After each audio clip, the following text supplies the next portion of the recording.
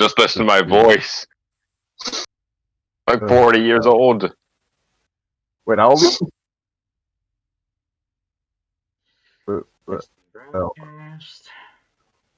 Let me just see if I can.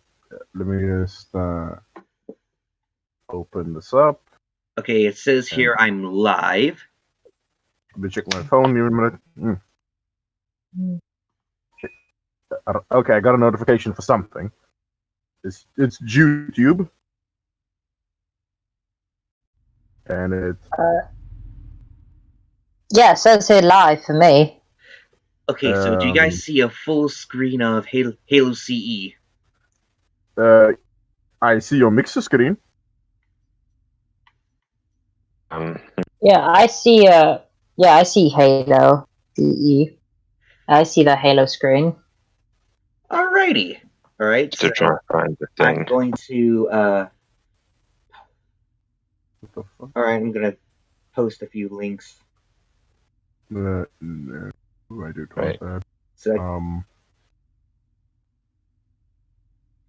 alrighty. Let's see.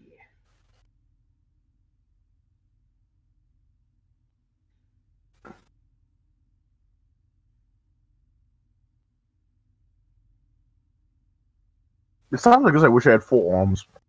4 arms? Like, yeah, 2 arms to get out on this, on like my on my PC, and another 2 so I can eat or do something else. Very interesting. I'd love those right now. How the fuck do I switch this thing on? Hold on. Hey, Justin, how did you get the thing, the character sheet thing that Kush sent over? How the fuck did you get it to work? Wait. Because I don't know what the hell I'm supposed to click on. There's like so much like applications and stuff.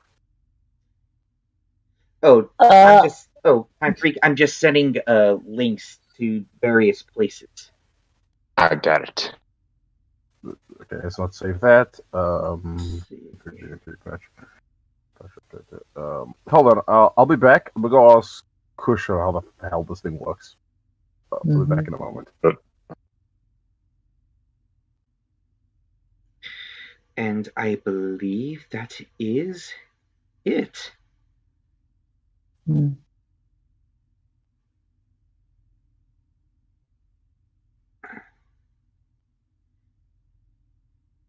And, well,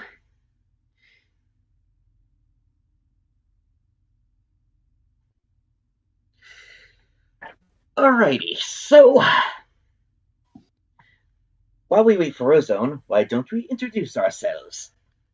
Hello, I am the anime guy here, and today we'll be discussing characters in RWBY. However, it is more or less the controversial side of the characters, which is them being gay and or lesbian.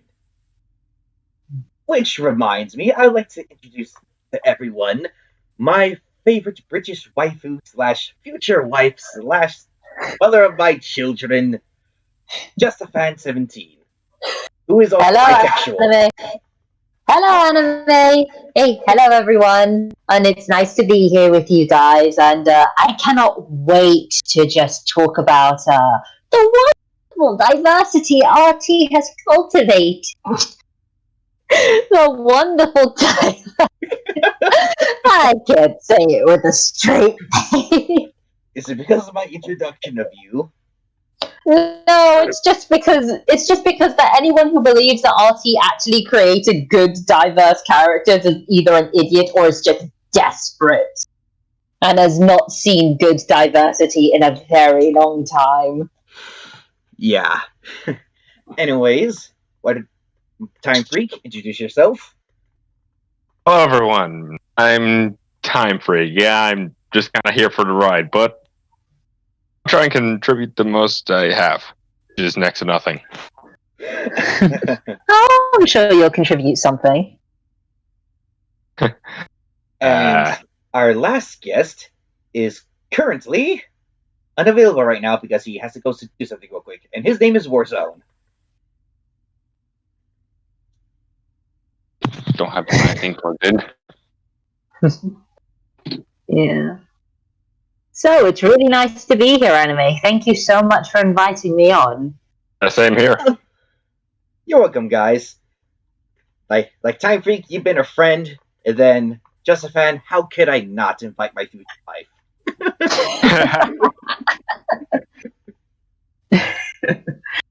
Hey, don't go out simping on me. Oh, yeah. Oh, wait, I can't say simp, or at least according to Twitch, I can't say simp. Otherwise, I'll get demonetized. Technically, it'd be me that's getting demonetized. Oh, yeah, true. Still, don't go out simping on me. Okay, honey.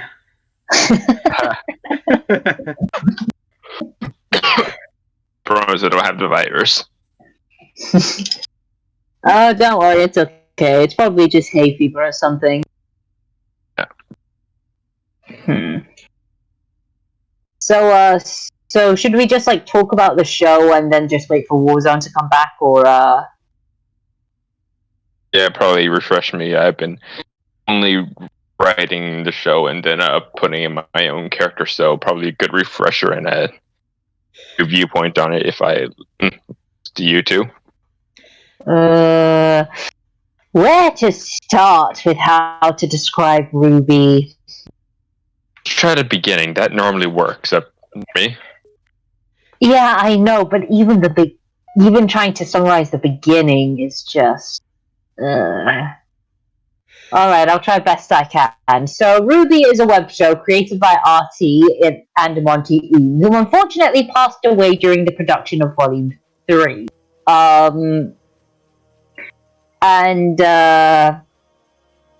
And basically stars Ruby Rose, despite the fact that she's rarely seen as the protagonist, Vaishni, the tsundere girl, who then became just the white chick of the group, Blake Belladonna, a former terrorist, and Yang Xiaolong, who is down an arm.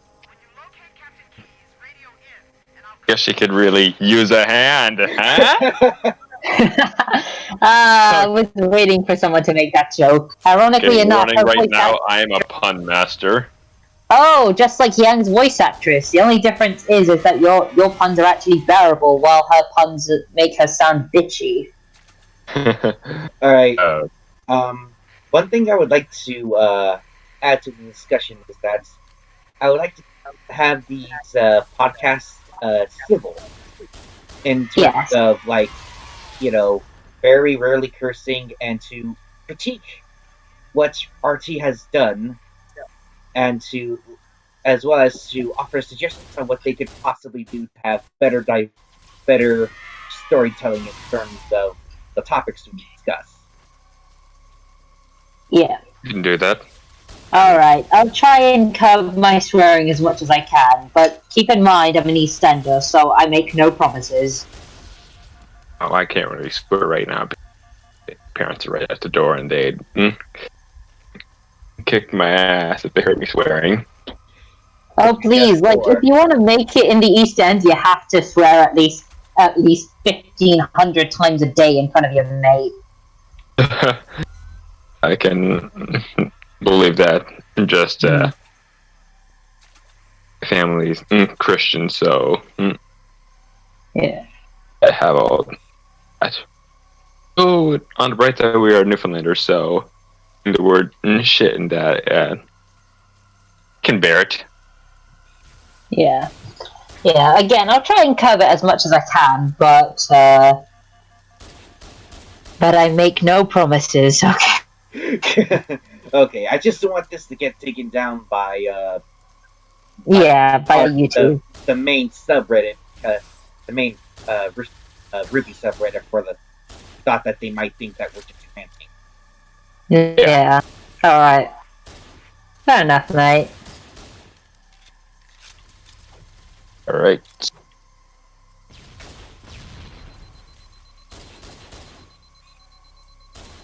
So, back to what you were saying before I threw in that amazing pun there. Yeah.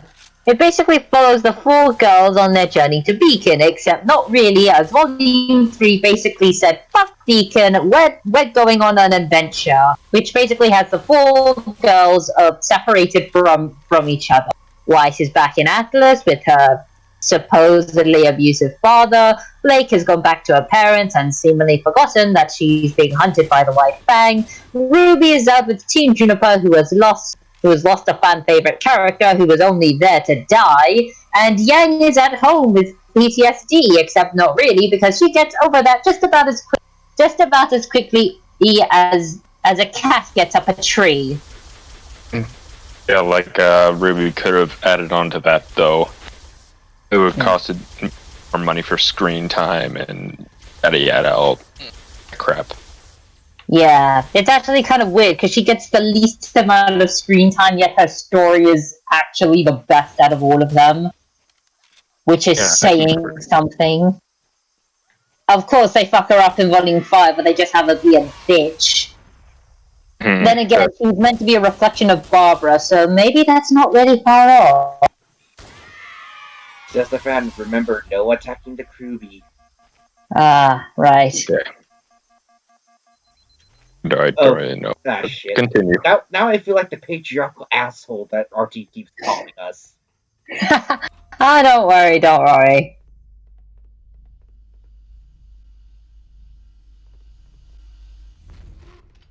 It's alright, bye. Okay then, so what we're going to be essentially discussing is the fact that the diversity, or rather forced diversity of the RWBY cast, such as gay and lesbian characters, has been rather lackluster, if not more like outright preaching to us. Yeah. Yep, definitely.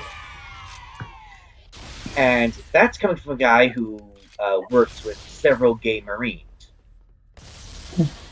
And this is coming from a girl who's bisexual herself. I got really nothing to say. Continue. Yeah. So, like, essentially, where did this mostly start? Like in Volume 5, when Yang started complaining about how Blake left them? Yeah, so. Yeah. I think it mostly starts, like, as far as the earlier volumes, because of course, like, RT, they were pushing, which was basically the relationship between Sun and Blake. Hey, Warzone. Oh, Warzone has returned! Oh, Warzone, please introduce yourself. Ah, yes. I am Warzone in 7. I am a guy. I like things. I talk about things. Why the fuck are you listening to me? Best intro ever. I also have a shit mic, so you guys are gonna have to deal. Sorry.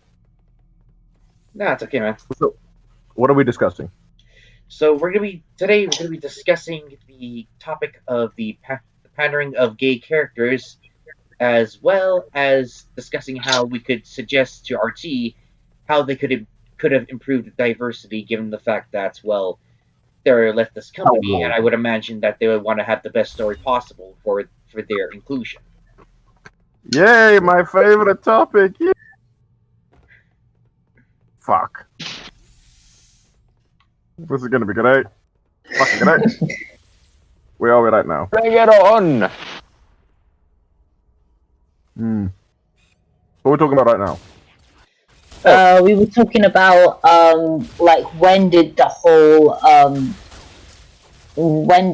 problems, like, really start for gay ships and things like that? I'd say and I was saying... Well, I'd say it was arguably earlier, like, as far as, like, the first volume, because of course, like, they were obviously gonna go with Black Sun, especially with how Sun was introduced, where it's just him, like, winking at Blake, and Blake doing the holy shit, where have you been my entire life eyes. Oh, yeah, the please fuck me as savagely as possible eyes. Yeah.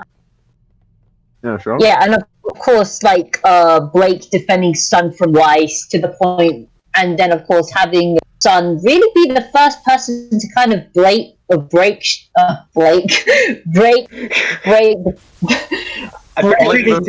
their face. He broke the cat. Yeah.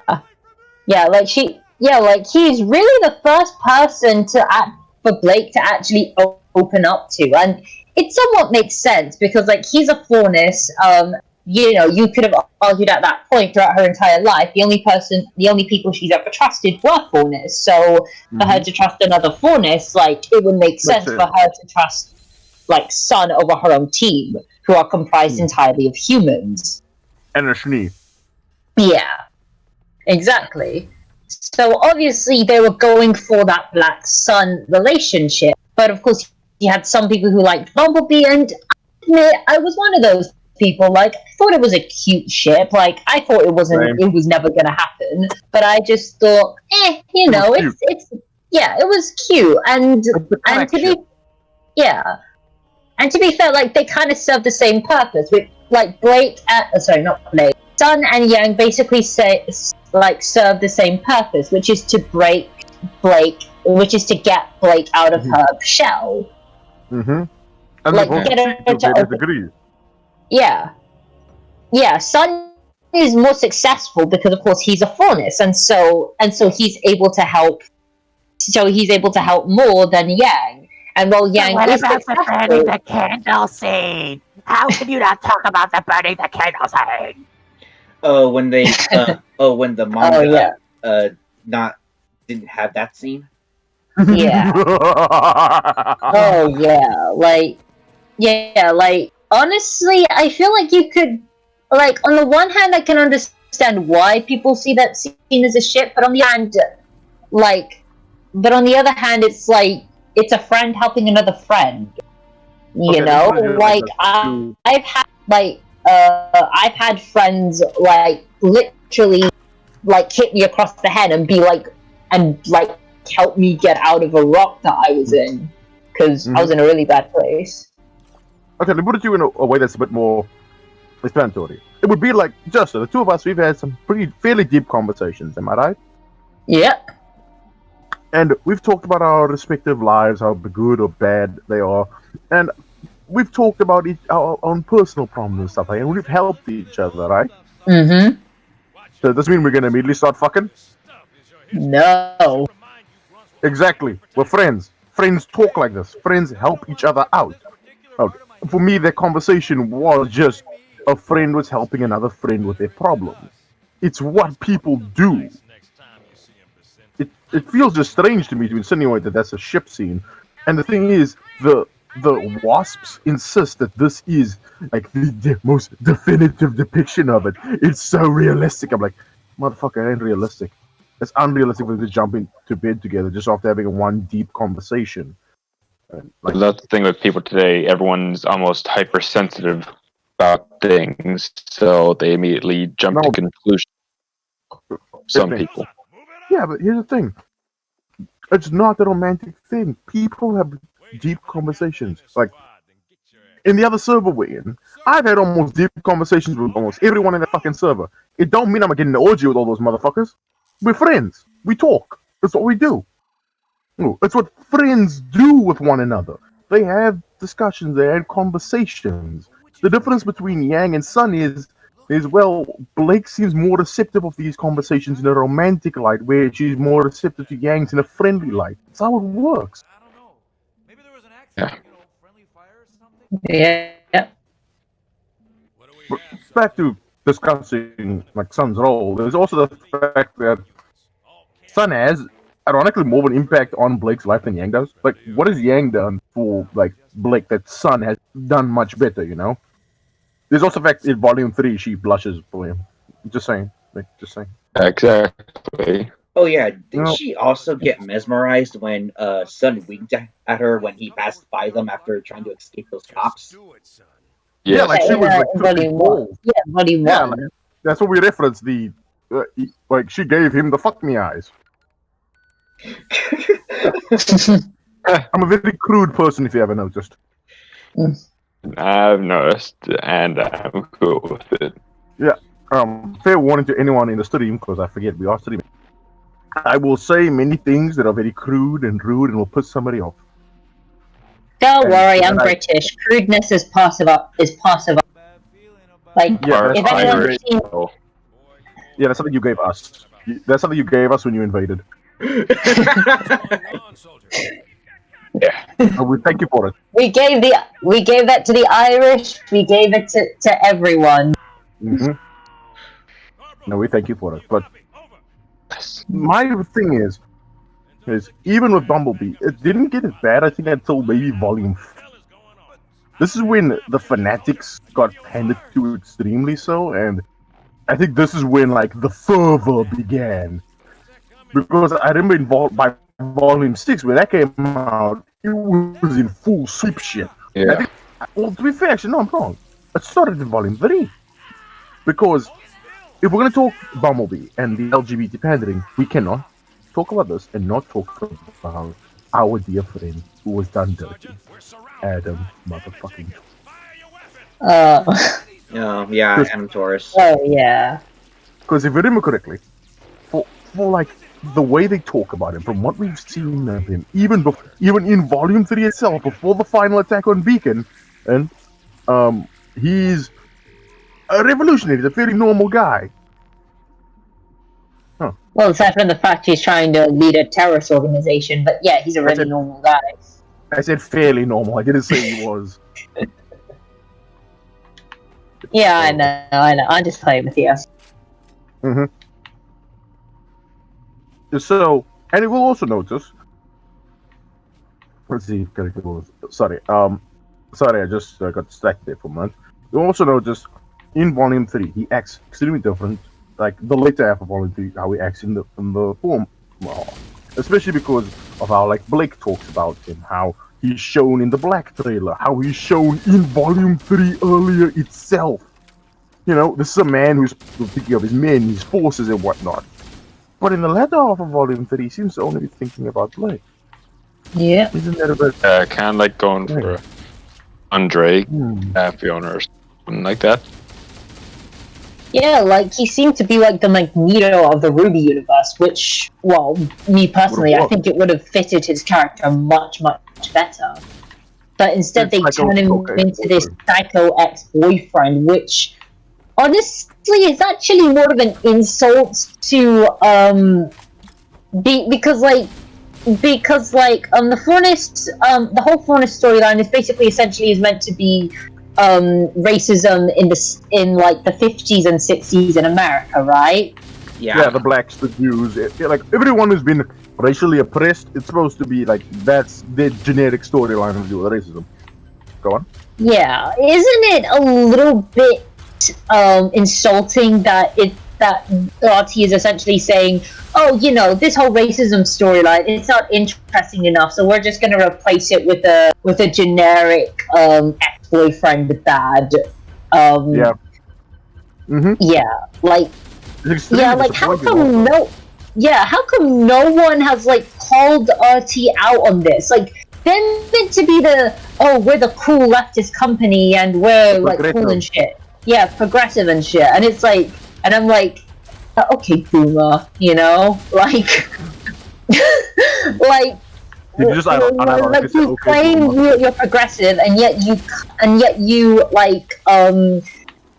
don't do this storyline with the Fornest, which is meant to depict diversity, and just replace it with a exes storyline, which I can find on any bad teen romance movie or show. Fanfiction or shit like that.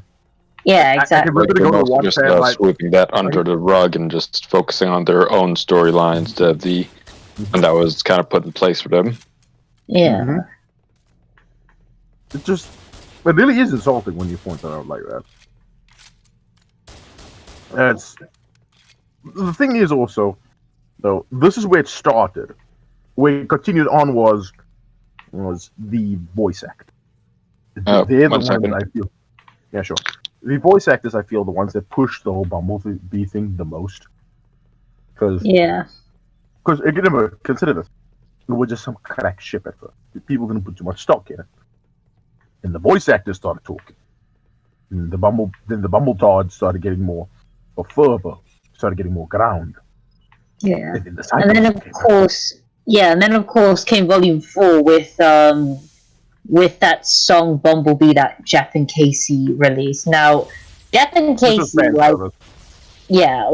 Jeff and Casey, I love you. I think you're up until I think some songs in Volume 6 I still like. Like up until Volume 6, I loved your songs, but I think this was arguably one of their biggest mistakes. Trying to releasing that song Bumblebee.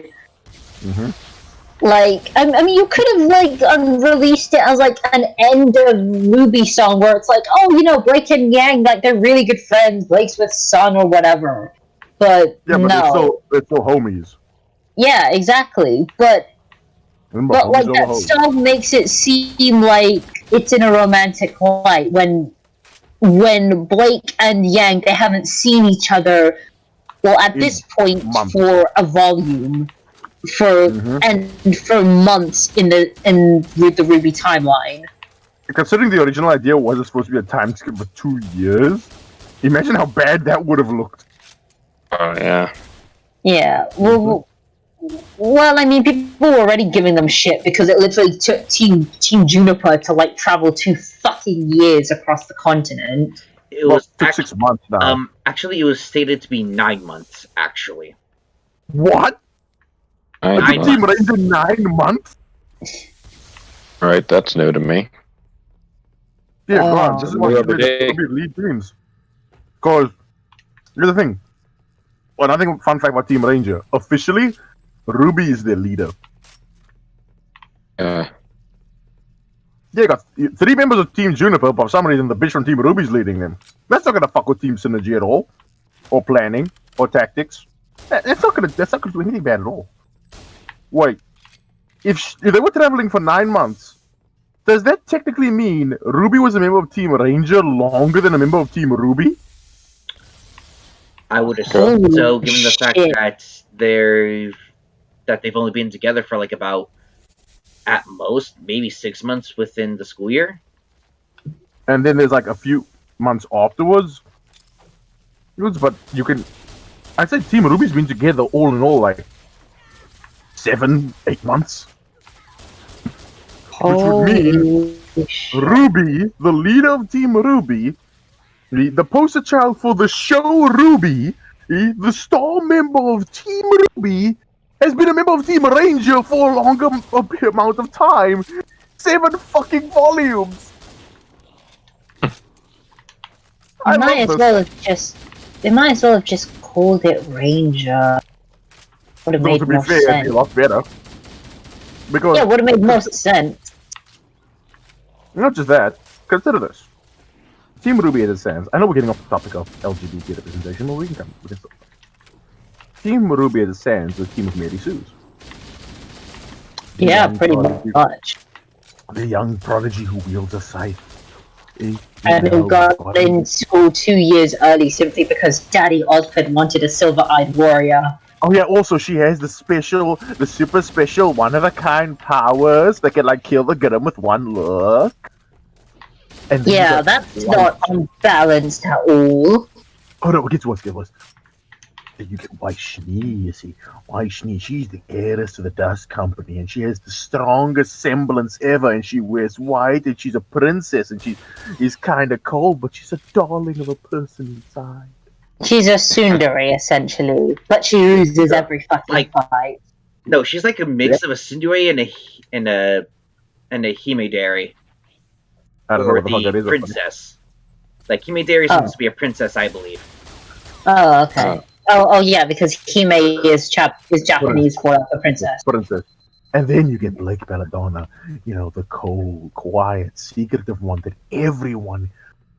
everyone in her, she's got a dark past, and there's a lot of people who want her. There's this hunky monkey boy, this beautiful blonde babe, and a couple other people that they love her, She's got a dark and tragic past, but in reality, she's actually the princess of this island nation, Oh? Yeah. She isn't the orphan. Yeah, she isn't the orphan who grew up away from the kingdoms like she told Ozpin. No, she's a fucking princess. Like, that's Yeah. one thing I absolutely hated about Blake in Volume 4. It's like, I thought, oh, she's like, you know, maybe she's going to the home of the White Fang, or maybe she's like, to like try and figure out where she's gonna go now, since, like, you know, her team is essentially gone or something like that. No, But- she's gonna go home, sulk with her mommy and daddy, and never deal with a problem. She's running away like a pussy. Exactly. Can't take It's like I literally saw that episode and I'm like, you have parents?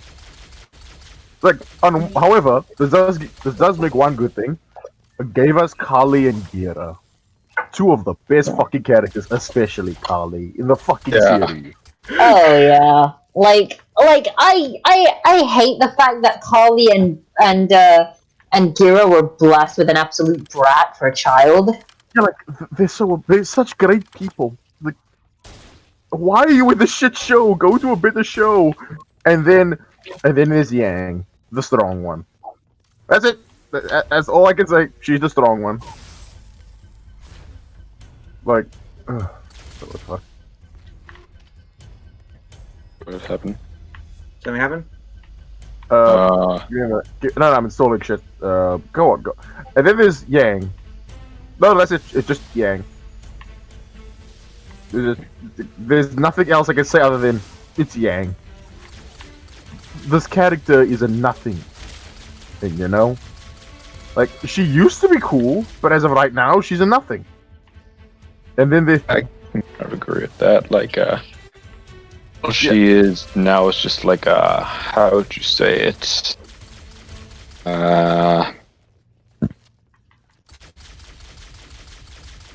oh shit. I don't know how to say, just like someone who's just there. Yeah. Oh, what I mean, right? Just yeah. You're still there, man. Just I'm listening. Speak. Yeah, we're all speak, listening, man. Okay. Yeah, Well, as you're saying, Yang in the first 3 volumes, she was cool. Like yeah, she was the hot biker babe, so to speak. You know, like she was the bodacious blonde biker babe with the big boob. And yes, I did all that alliteration in one go. Yes. But yeah, she was the cool one. She was the supposed party girl that actually had a legit heart of gold deep inside, you know? then they decided to grow her character into like some emotional journey and stuff like that. Then Armageddon came for her. Mm-hmm. Get it? Yeah, I got the pun, man. Oh yeah, that's another thing. She made shitty puns, which I like a lot. But now she doesn't do any of that. She doesn't have like a cool personality anymore. She's just lame. Yeah, like a very emo girl, in my opinion. Yeah, like she What used to she's be. like. The whole point of her being the yellow one was she was the bright and sunny one, you know? Like, her name literally means little sun dragon. She was the one with the sunny disposition. She was the kind... She was, again, and, like, she was the flame, you know? It's nurturing. Yeah, like in Red Lake Roses Part 1, so like a... Yellow beauty burns Black gold, yeah. Yeah, exactly. Like, burns gold like the sun. Now she doesn't burn. So dull, I used her semblance like a plain. reserved, like only for reserved situations. Where back in first 3 volumes, she used to get crazy. Though that is seen as character development, where she's growing up, but it's not the same. Hold on, I'll be back. I gotta go do something.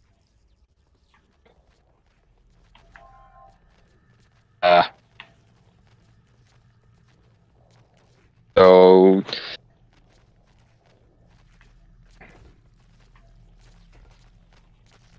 I can throw him some help here. I'm stuck here.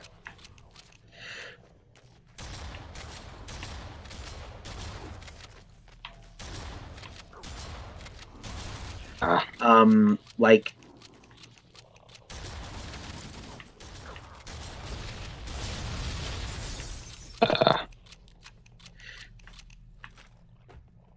yeah, like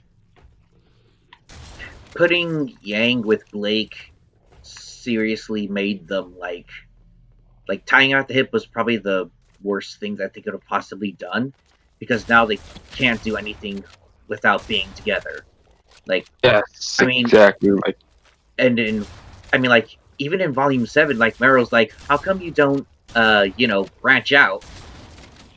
Like branch out and Yeah. your other teammates. And then as if to make some sort of point, they just do a team attack and then give him a look of like, why are you even questioning us? I don't think that's how professional huntresses are supposed to be like. yeah. Like, I think the proper response should have been like, yeah, maybe you're right. Maybe we should branch out a bit more. They could have done that attack, and then I could have commented on it. Yeah.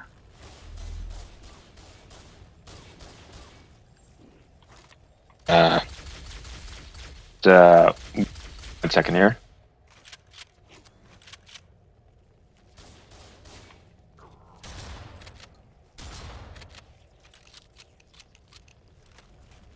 But yeah, like another thing that was off-putting was like the fact that people would try to downplay the criticisms that people like us and the critics from the RWBY Critics subreddit have, and even the critics on the main subreddits, they're like, "Oh no, you guys are looking too deep into things when it comes to critiques, and yet when it comes to Bumblebee, it's like they go in depth."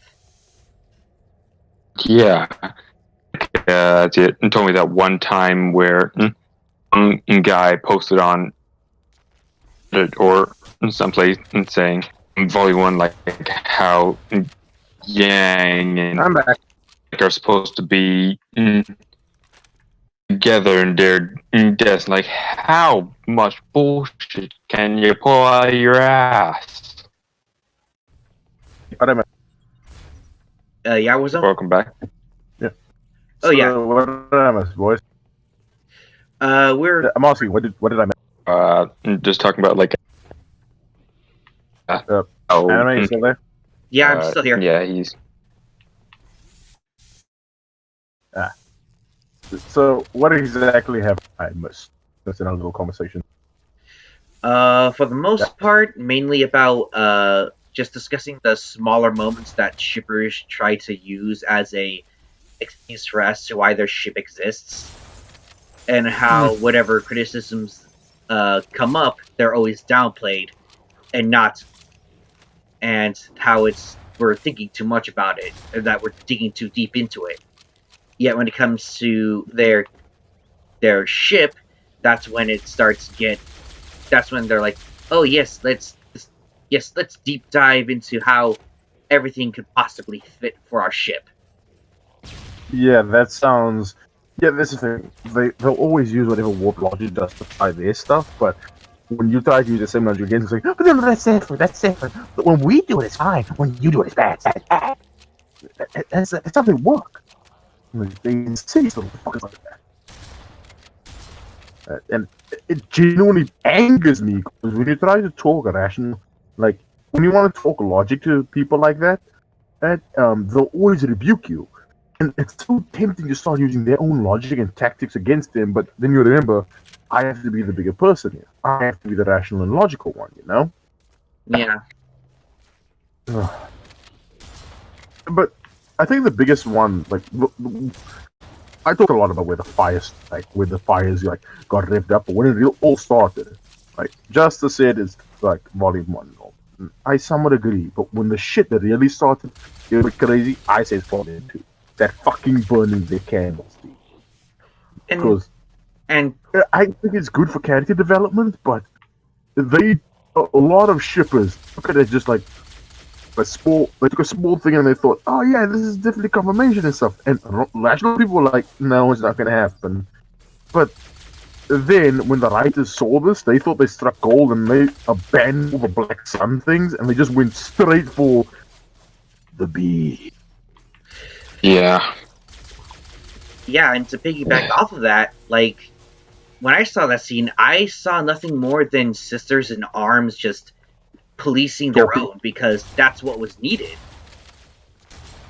Like, because Blake was, like, destroying herself thinking about the White Fang and Roman torture.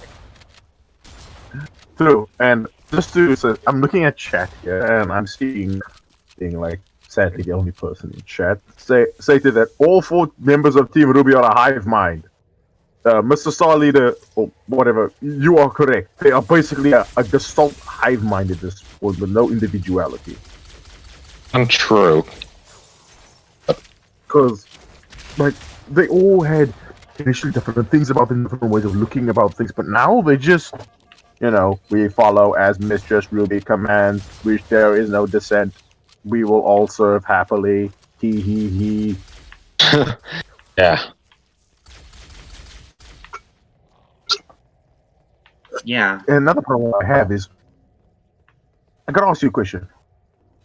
To my fellow podcast member. Do you believe Team RWBY are friends?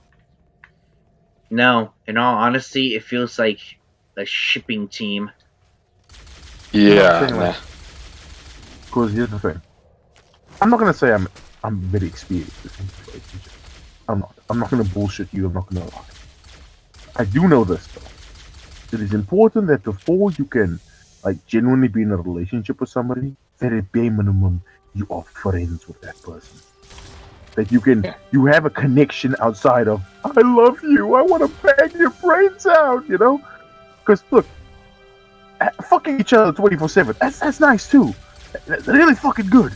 But here's the thing: there's a point that's gonna come when you're gonna be sitting there after a long marathon of fucking, and then you gotta actually talk to one another. Especially if you got the other one pregnant. Yeah. I'm thinking about like we're thinking in the context of Bumblebee. Right? This whole Bumblebee. These two girls, they love each other. They feel a passion. They feel emotions for one another. But here's the thing: there's gonna be a point where neither one of them is gonna be in the mood to bang, and they're gonna actually have to sit there or lay there and talk to one another about their problem. And I just have the feeling when that happens, that's when that relationship just dies. Because I don't think the two of them can talk to one another. They can't have a legitimate adult conversation. Not even an adult conversation, just a stupid conversation about random shit.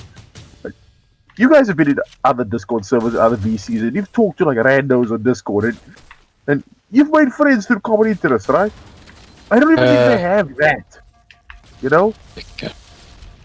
I don't think they have that ability to just sit there, talk shit with one another, and just like find common ground. Because personality-wise and writing-wise, Bumblebee is the worst possible thing that can happen to either one of these two. And the big factor is Blake will just end up using Yang, and Yang will just be this miserable sack of person at the end of it. Like, you probably wondering, what the fuck am I talking So about? we're kind of saying. Yeah, it is toxic, but you're probably wondering, what exactly am I saying? I'm glad you... Well, you see, if you guys ever noticed, Yang is a bit of a needy person. Yeah. Like, emotionally wise, she's very needy. This is evident mostly at the end of Volume 3, when her friend runs away and she completely shuts down. Like, for months on end, and not even her sister can bring her out of it. And keep in mind, that was strange. Yeah, and to be fair, she also lost a limb. But what's the thing she focused mainly on? Blake ran away. Looking back in the past, but they don't really show what they... That Raven ran away when she was probably a few months old or born. She didn't know better because it was just a little potato back. And then or Yang. The Raven angle doesn't work. Or maybe you could say with Summer, but with Raven, not gonna work. Exactly, but again, as I was trying to say, later on, Ty marries Summer, and she Summer. becomes like a Summer goes like Yoshikaga Kira and bites the dust. yeah, and Yang doesn't really shut down, or as we've from it, she grows up quickly, and then has to take care of Rue. But when at the end of Volume 3, Rooster Teeth just throws all that past knowledge out the window and just this depressed, needy child in front of us. Yeah, it would have been fine if the thing that the trauma that she shut down was she lost an arm, because again, pardon me, you lose your arm, it's very reasonable that you're not going to exactly be the most functional individual, you just went through a severe trauma and lost a limb. But that's not what she was focusing on. And she wasn't going I'm now less of a person because I don't have an arm. She really are. Just now, that's what they were all going on about. Yeah, it's strange because the thing they were focusing mainly on is Blake's gone, and I'm sad. It boggles the mind. And again, keep in mind, Blake has a tendency to run away. So long term, Blake is two things: obsessive, and she's a compulsion to run away when things get difficult, right? Yeah, so, exactly. So Adam said you always run away when the going gets tough or something like that. Yeah.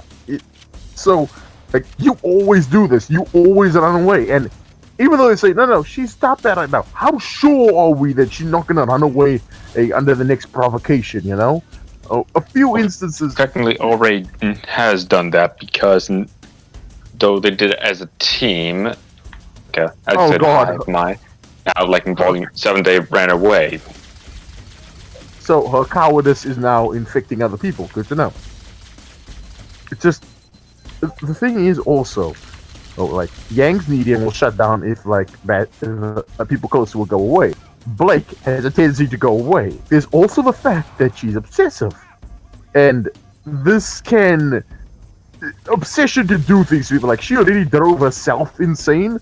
Imagine what would happen if her obsession leads to something that could harm Yang or Ruby or something like that, Yeah. And there's also the elephant in the room. Blake is essentially just a stand-in for Raven. The extremely similar characteristics of running away and abandoning people. They wear dark clothes. They're very all mysterious and aloof and stuff like that. It's almost eerie how much Yang's mother and her possible girlfriend resemble one another. I know there's the old joke that when you get a girlfriend, she'll be some that usually people go for girls that are similar to their mothers. But this is taking it to a whole new level. Yeah. I once saw a joke where somebody just suggests Yang bang her mother to cut out the middleman. What the? I ain't wrong. Yeah, it's messed up, but think of it like this: it's a thing. What Blake is to Yang is essentially another way to get to Raven. It's messed up. It's fucked up. But what I'm saying is not wrong. Which again is the worst part. Bumblebee as a whole, is there's that saying. I don't know if it's saying an actual statistic, but they say that women who are in lesbian relationships are more violent than straight or male gay relationships. Yeah. Supposedly there's a statistic like that. I genuinely believe that if Bumblebee was a long-term thing, they might live up to that statistic. Because despite their personalities, I can easily see Blake abusing Yang.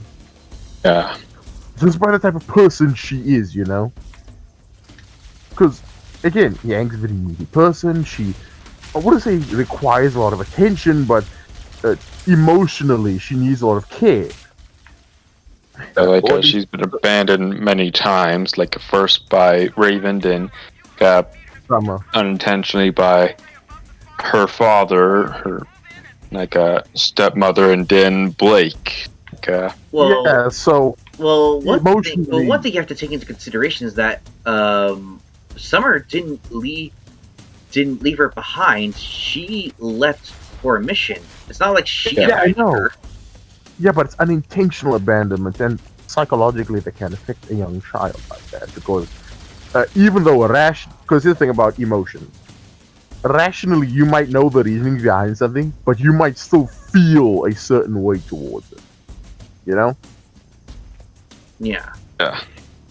As near the end of Volume 7, it was revealed, or not the end, beginning when they got their husband licenses, revealed that Summer left on her own mission. It wasn't a mission from Ozpin. Oh. Yeah, and I also want to point out another thing that bugs me about Bumblebee as a relationship. And look at this, I'm still interested in these are two people who are supposed to be in a relationship, but you ever notice how they're a bit too close?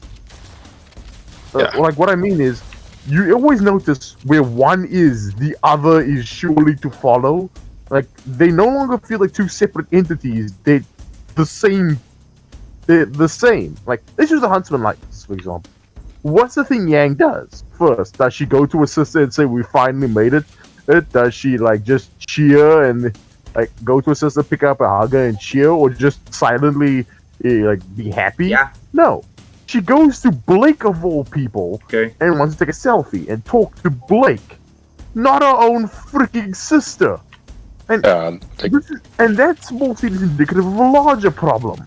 You don't see her Yang interact with other characters, or at least you don't see her do it unless Blake is there, which is really disturbing when you think about it. Don't get me wrong, there's nothing wrong with being close in your relationship with your significant other, but the problem is when you are so inseparable from this person that you can be counted as one entity, because it's as much people on the line will say, "Oh, it's so adorable." The reality is, it's really unhealthy and really creepy and weird to see. You know? Yeah. Especially for people who knew the singular entity when they were two individuals. You get what I'm saying? Yeah. I can get it. I have this friend of mine.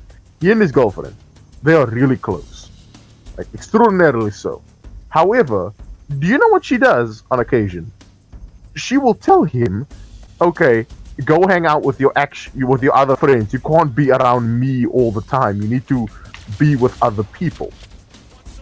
You know?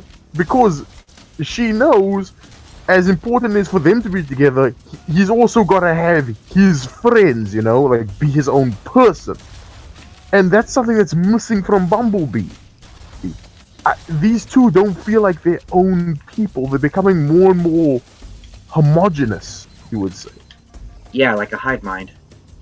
Less like a hive mind, that's like all of Team RWBY. More just those two in particular are becoming a gestalt being, have you ever even traits from one another are being shifted over? I know it's a meme that Yang's boobs have gotten smaller, but I swear I think Blake is leeching them off Yang, because Yang's ones get smaller, Blake's get bigger. I wonder how that happened.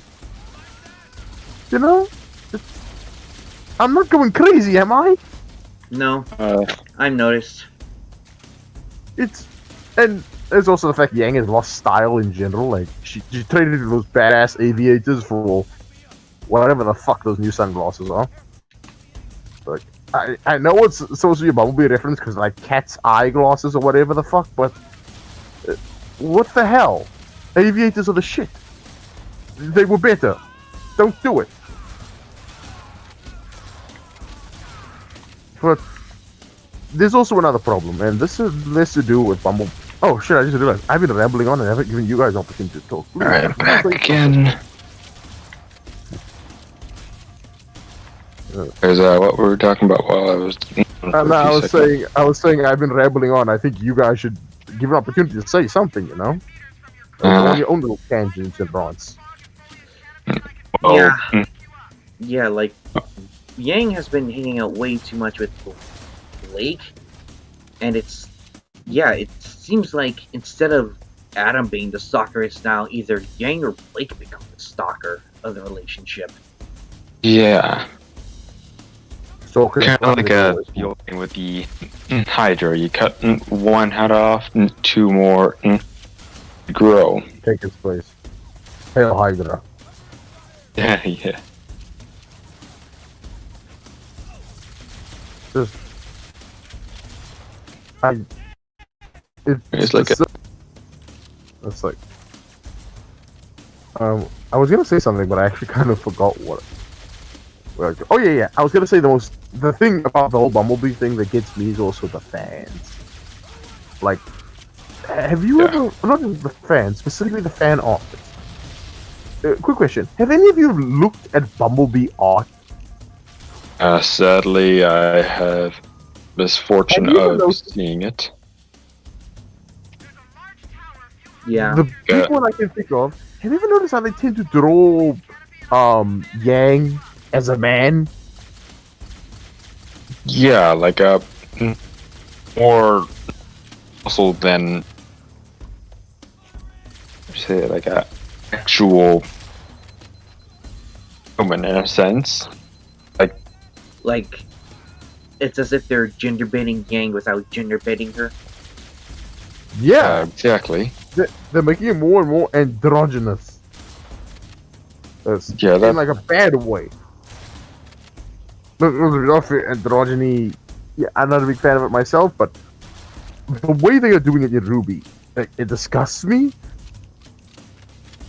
Because Yang is a beautiful woman, right? Like, in the context of the show and how she's portrayed, she is a beautiful woman. Why would you erase that? Why would you take away, like, if this girl was supposed to be in a relationship with Blake, why not them both be two beautiful women in the relationship, you know? Not slab of meat that looks like a guy in a relationship with some red guard chick. Which, by the way, I want to bring that up too. Why the fuck is it they always seem to race bend Blake? Like, she's white. Let's just nail on the head. She is white. A small argument can be made that maybe she's a bit more Asian, but for the most part, I think we can all agree Blake is white. Am I right? Yeah. Yeah. I can So why the fuck am I seeing her as like black, as Indian, as some other, as a red guard in one of those fucking thing like fan? And I was like, a whole what bunch is of the comics I holy see, name like of fuck? everyone but white is black or just Like race bent and shit. I'm like, what the fuck? These aren't even the characters anymore. You failed as an artist. Like, you're supposed to do fan art of the characters and maybe change a few things. Like, hey, give a bigger bust line. Always, but they still have to be like recognizable as the characters. How in the flying Hades? Like, how in the five flying fucking hells of Hades is a Blake Black supposed to be the same looking character? yeah. I'm Like- looking at is the person drawing this actually all up there, or is he not watching the right show? Like, Yeah, like, I wish I saved this, but I remember a while back there was a picture that got sent to one of the servers in it. And essentially it was Blake and Yang, but Yang was this gigantic butch lesbian motherfucker, like anime. You've seen have both of you seen The Emperor, If the Emperor Has Takes a Speech, right? That yeah. Warhammer show. Okay, so you remember that episode where he basically explained his history, like back when he explained his origins and all that shit, and you saw that he looked like fucking Conan the Barbarian mixed with Kenshiro from Fist of the North Star? Yeah. Yeah, why the fuck did... Yeah, why the fuck did Yang looked like the Emperor, like all big and butch and shit. And why the fuck was Blake a bloody red god from Skyrim? Yeah, no idea. No idea. I It's just couldn't something tell that- you for the life of me. Oh, welcome back, Justin. So, There's something that's disturbed me for the longest possible time. Justin, can you answer why the fuck they tend to make Yang and into this giant slab of meat butch lesbian, and they always make Blake some sort of minority, like some form of black, some form of Indian, or they're one form of fucking red. I honestly could not tell you. I think for Blake, it's because in the world of Remnant, she is the minority, so it would make sense if she is technically the black character despite being white. And holy shit, that is actually pretty fucking wow. And with Yang, I don't know why they seem to think butch lesbians are popular. They are not. In fact, there are many normal-looking lesbians who are just as attractive as normal women. Just Like, I don't know why this butch lesbian stuff is, like, popular. It's like, yeah, there are some women who look like that, but they're usually in the minority. Like, most women have normal-looking hair. Like me, for example, I'm bisexual, but my hair is quite long, you know? It's not, like, as long as, like, let's say it's up to the middle of my long, but it is quite long. Yeah. My question is, and I want to ask something. Would you prefer butch lesbian Yang or like the sexy Yang that we see back in Curvy Volume 1? sexy Yang in Volume 1. Because she is appealing to me. Like, okay, yeah, there are some people who like the butch lesbian look, and okay, yeah, that's their preference. But me personally, I love curvy, sexy women. You know, like I love seeing curvy and sexy women because that's my type. You know, I love, yeah. Yeah, and the thing is that, like, for some reason in Western media, they seem to think that the only type of lesbian is a butch one, and I'm like, no, there are normal-looking lesbians out there. Like they want to be represented too. How is it that in anime they are represented better than they are in Western media? You know? Yeah, this is the thing. Hey, they don't seem to understand that even if we're doing like lesbians, women like seeing, especially lesbian or bisexual women, they like seeing beautiful women just as much as men like seeing beautiful women. So why the fuck not just have, I think I just said it earlier to the guys, why not just have a relationship with two beautiful women coming together admitting they love one another? Is that so wrong? I believe it is wrong, though. Take it up with Rooster Teeth, which most likely they're ignoring this, but hopefully they do hear this and acknowledge it. Doubtful. Oh, they won't. Yeah. They won't, because they're in an echo chamber where they think that they're the best in the world, when in reality they are not. Yeah, like... The problem I would have, the problem I have with the whole thing is, I feel when you're a writer, you need support. You need one guy or a group of people who will always just say, this is why you suck. And not just you suck, but they give you valid reasons of why you suck and why your writing is poor. Because you can take that and you can use it to evolve as a writer and become much better, you know? Yeah, like, but I'm writing my own story, and people who review my story, they compliment me, and they say how good it is. I'd like to actually hear some criticism, like here, what am I lacking in? What's wrong with the story? How can I improve on it? Like Rooster Teeth, I don't think they really give a hoo-ha about what that is. Oh, they don't. Like, Miles says that, like, oh, criticism, yeah, no, that's just a form of hate. That's just a form of the hatedom. Of course. Like he legitimately thinks that, and that is very ignorant of him to think that. Exactly, Also, because he thinks that everything he does is hot shit when it's not. He seems to think that his way of writing is, oh, it's the best. No, it's not, Miles. It is not. It is not the best. Like, you need a lot of improvement. And I'm being very, very generous here when I say a lot of improvement. Again, the biggest thing I would note is Miles agree with that. writes too many characters in his story. Like, some people are thinking, okay, let me just read the previous character. Good. Everything's all fine. No, it is not fine. No, it's not. Open your eyes. See what's happening. Dude, you're roboting there. You're roboting, but time, you're roboting there a bit. Roboting, Like, then your voice is going in and out. Yeah. Yeah, so it's kind of hard to hear what you're saying.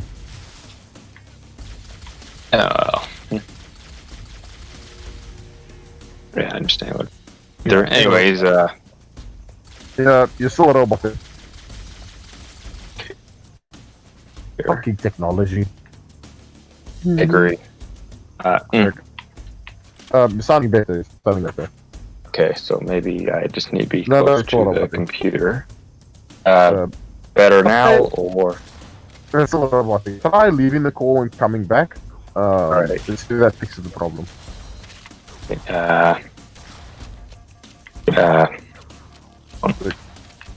try that and see what happens. Okay, let us wait for him to stand before we continue speaking. Yeah. Oh, by the way, what did I miss? Did I miss too much? Or? Much, we just talking about Bumblebee. Say something, brother. Hello? You're not roboting! Hey, yes, finally. You've returned. So, what were you saying, my good man? What was I saying? Question, what was I saying? But I asked because, partly because you were interrupted and partly because I had no idea what the fuck you were saying. Yeah. We were talking about Miles' writing and how it doesn't take criticism. Yes. Right. Kind of like when I first started watching RWBY, which was a few weeks before Volume 6 was released, I thought, wow, this is amazing. Nothing is wrong with this. But then I met a whole bunch of critics, one of being Animac, and are opening my eyes to what they're doing wrong with the show. And no, I can't be right. And going back and like, oh, they were right. I am very naive and accepting of all that. And I'd say this everybody, to be honest. Like, I'm certain all of us here, we all thought that RWBY's writing was like the greatest fucking thing ever, or at least, if not the greatest thing ever, just really freaking good for a decent amount of time, right? Yeah. Yeah. I thought it was like decent. It wasn't the best, but it was at least, decent for an internet show. It's pretty good. But then, as time went on, and as we all matured as people, either we opened, our eyes were opened by others, or we just came to realizations of, wait, this makes no sense. This is kind of stupid. This is kind of dumb, Yeah, we just saw like better shows and how they handled like what Miles and Kerry were trying to do way better. At least that's how I kind of came to the realization. Yeah, I came to the realization similar just by listening to a few reviews of other series, and I'd applied those same rules of critique to RWBY, and I found it woefully lacking. Yeah, like take an example, like for when Disney took over Lucasfilms, they kind of changed it a bit. Didn't know how lightsabers work. That's kind of like what Rooster Teeth is doing with RWBY. Yeah, it's like saying the first three volumes were the original trilogy and the prequels, and volumes 4 to now of the sequel trilogy. Yeah, Just- you watch those as a means of torture. Yeah. Except the point is, the sequel trilogy at least the decency to end. RWBY isn't ending. And it doesn't look like it'll end anytime soon. Consider this, mind you, also. We've gone through about 7 seasons, right? How Yeah. much character development do you say in 7 seasons a regular TV show would have done by now? Probably about double that, if I'm gonna be Like- honest. Like, I'm just thinking, if this was like 7 seasons of, say, like, even 7 seasons of Dragon Ball, or Dragon Ball Z, you know? Like, the characters would have surely, like, even if they remained static in the way they act, it would have gotten more powerful at the very least. I honestly would say the character team RWBY, aside from maybe, like, Jean and Oscar, though Oscar's very artificial in his growth, but I'd say aside from Jean and Oscar, and yeah, Jean and Oscar, I think those are the only two that have actually gotten like stronger. I'd argue everyone else has gotten weaker than their Volume 1 counterpart. I'm certain the Volume 1 counterpart of Ren could beat the ever-loving shit out of his Volume 7 counterpart. Like, Yeah, especially when you consider like all the shit they used to do. Like Blake used to literally throw her weapon and like bring it back as if it was like a whip or something. Now she doesn't even do. Now she barely does that anymore. Like before, that was just like a main part of her moveset. Now she barely does that anymore. And yeah, okay, I get it. You know, your main animator passed away, and you know, and not many people can replicate his animation style. But one, you had Shane New. Well, I was about to say they had. Yeah, they had one guy, or at least someone who could help them with it, and they fired him. Yeah. And I think there was like another one as well who could do it like well enough, but he ended up leaving. Yeah, but yeah, she left. I also want to point out, like, consider Blake's fighting style alone. Like, remember when Blake used to like move around the battlefield really quickly, deploy clones and shit, use their weapons in tandem with one another, like really cleanly. Used to like infuse dust with the clones and like multiple times in a fight. Used to fire fucking Getsuka Tenshos out of a damn swords. Oh yeah, like I miss those days. Like like on the one hand, yeah, like I get it, you know, like your main animator isn't around, but come on, like what they're doing right now. You set a precedent for quality. You have to maintain that quality, not degrade to something that I hate to use this argument that your old animator Monty is probably rolling in his fucking grave looking at this shit, going. Probably died 10 times over, and he's already dead. Yeah, he's looking down from animator heaven, going, "What the fuck have you idiots done?" Like, and to quote the Godfather, "Look how they mastered my boy."